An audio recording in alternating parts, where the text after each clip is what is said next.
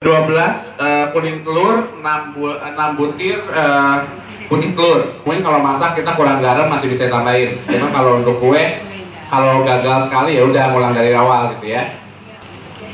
Terus kalau ke gram, kalau kita nimbang, kalau bisa pakai gunakan timbangan yang gramasinya per 1 gram, Bu. Mungkin kalau untuk telur nggak akan terlalu ngaruh, tapi kalau misalkan ibu-ibu tiba-tiba menggunakan baking powder, baking soda, kelebihan 1-2 gram bisa ini beda ya.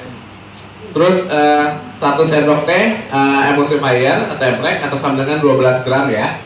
Terus 100 gram gula pasir, ada 15 gram susu, 10 gram tepung maizena, 115 gram tepung terigu, terus ada butter 125 gram. Nah, kalau untuk butter bebas dipilihnya. Cuman kalau misalnya ibu buat jualan nih, aku pakai butter nggak masuk untuk costnya. Pakai margarin campur nggak apa-apa.